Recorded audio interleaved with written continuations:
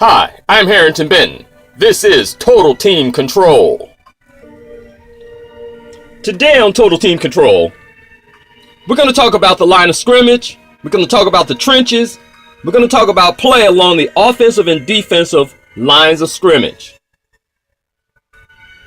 The first thing we want to talk about is the offensive line. In order to run the football and to run plays effectively, in electric football and in the Championship Electric Football League, you must have an offensive line that is cohesive, and you must have offensive line blocking schemes in order to be effective in this league and running the football. As you know, in the Championship Electric Football League, we specialize in running the football between the tackles. In this league, there's not much outside because the speed of the linebackers and safeties do not allow runners to get the corner often in this league. In this league, you have to go north and south.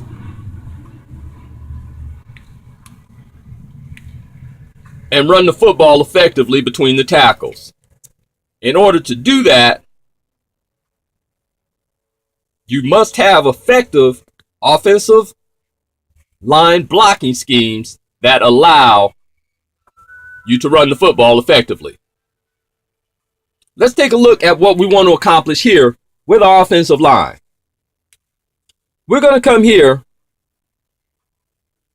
with our left guard on a double team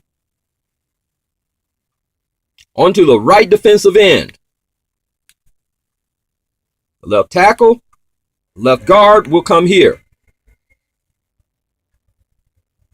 Now, what we want to accomplish with this double team is we want to contain the right defensive end. He's given our left tackle, Greg Robinson, a lot of trouble. We're going to double team him and contain him. But in doing that, as you can see, the 49ers are in a 3-4 alignment, playing two gap. That allows the linebacker to come up through the gap as the guard, who's uncovered, moves here to double team. We don't want the linebacker to come up through the gap and make the play. So let's take a look at what we want our guard to do to prevent that. Here we can see our left guard coming over into the double team, and he has his body in an excellent position to be effective in this double team. As we look at the linebacker who would be approaching on the play, as you can see, with the position of the guard, he comes over to double team onto the right defensive end along with the left tackle, but by turning his body and properly positioning himself, he closes the lane and prevents the linebacker from being able to come up through the gap and make the play.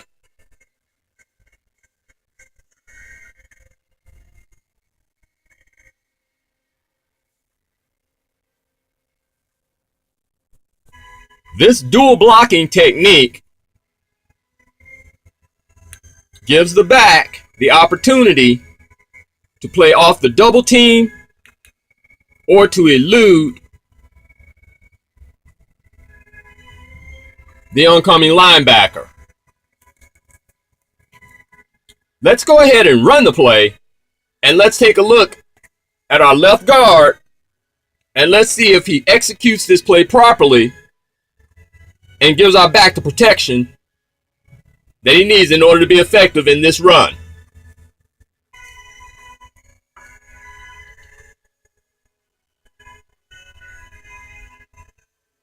If you have the linebacker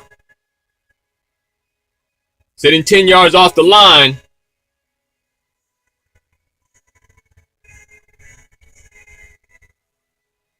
in that 20 technique, let's take a look at the play. We'll do a stop action analysis and let's watch the guard and let's see if he positions himself properly in order to execute this dual block. And there is the guard executing perfectly the dual block technique.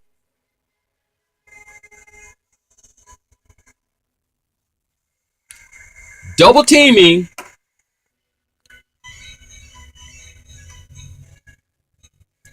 and in this double team, the guard has positioned himself perfectly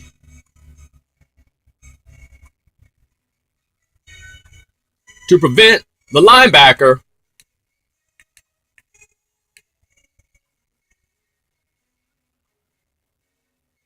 from exploiting the gap as the guard comes over in the double team. Excellent position by the guard there. Excellent play. This is what we want our offensive guard to do, our left guard to do in this particular blocking scheme.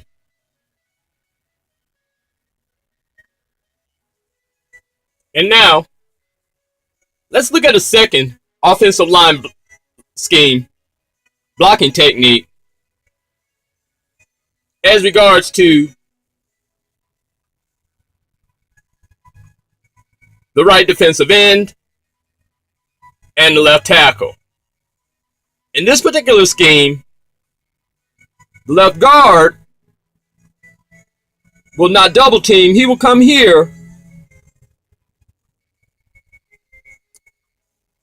to take on the oncoming linebacker.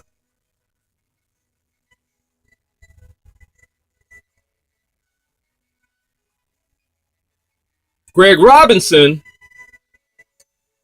73,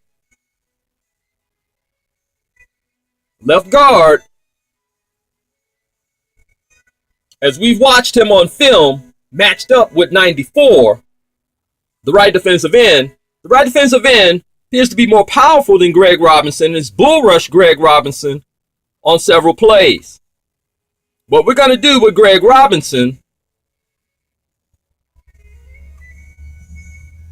is we're going to use a technique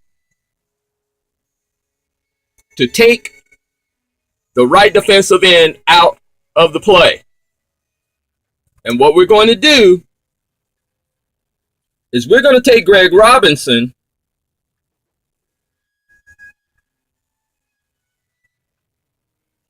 and here you can see the position of his TTC dial.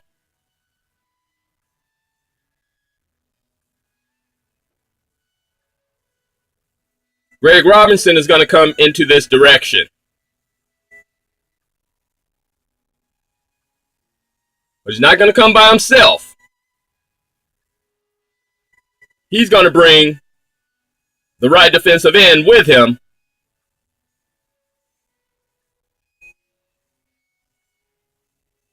On the play.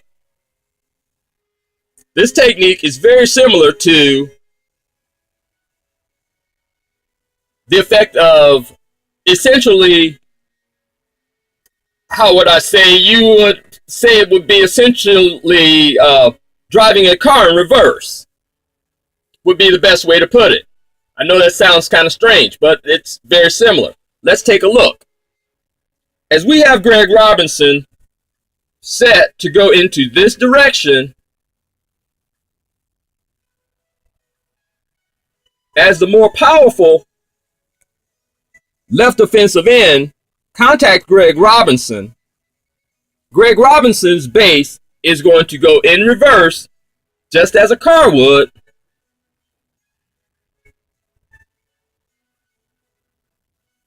into this direction.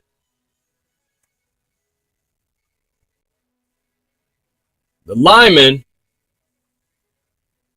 will be controlled by Greg Robinson to come into this direction, opening a lane for our back to exploit. let's take a look at the play and let's see if Greg Robinson is able to control the more powerful defensive end. Keep your eye on the left tackle and the right defensive end.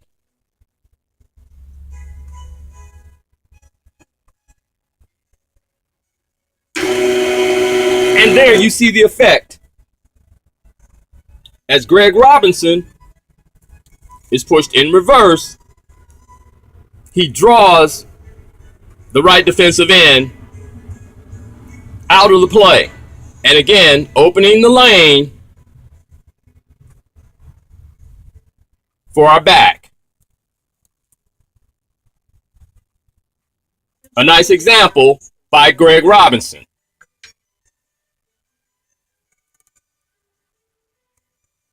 Here we brought the back into the backfield here. And at this time, we'd like to talk about non-tweaked bases. Of course, in the Championship Electric Football League, we don't tweak bases. Our bases are all box stock. We control each player with precision control. Now we're going to give you an example as to why tweaked bases are no good when it comes to running plays and being effective offensively in running NFL plays in electric football. Again, we're going to have Greg Robinson, our left tackle, come into this direction as we have his dial turned to go left as he's contacted by the right defensive end. Greg Robinson is going to move out to the left and take the right defensive end with him, opening a lane for the back.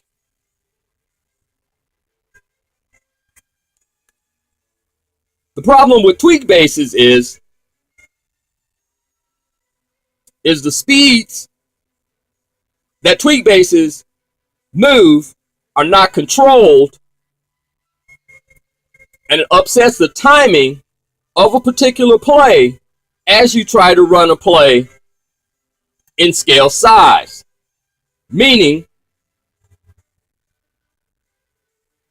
as Greg Robinson is contacted by the right defensive end, it's going to take a little bit of time for the right defensive end to push Greg Robinson out of the way enough to give the back an opportunity to advance through the hole.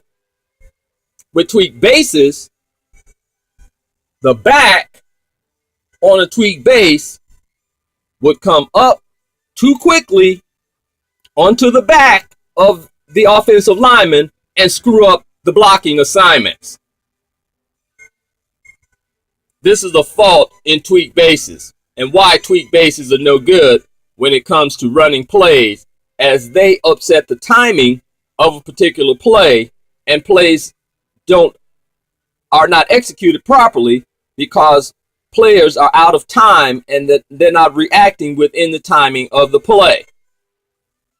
This is why in the Championship Electric Football League, so many times you've seen backs hesitate or start 15 yards off the line of scrimmage in order to give the offensive lineman an opportunity to execute their blocks.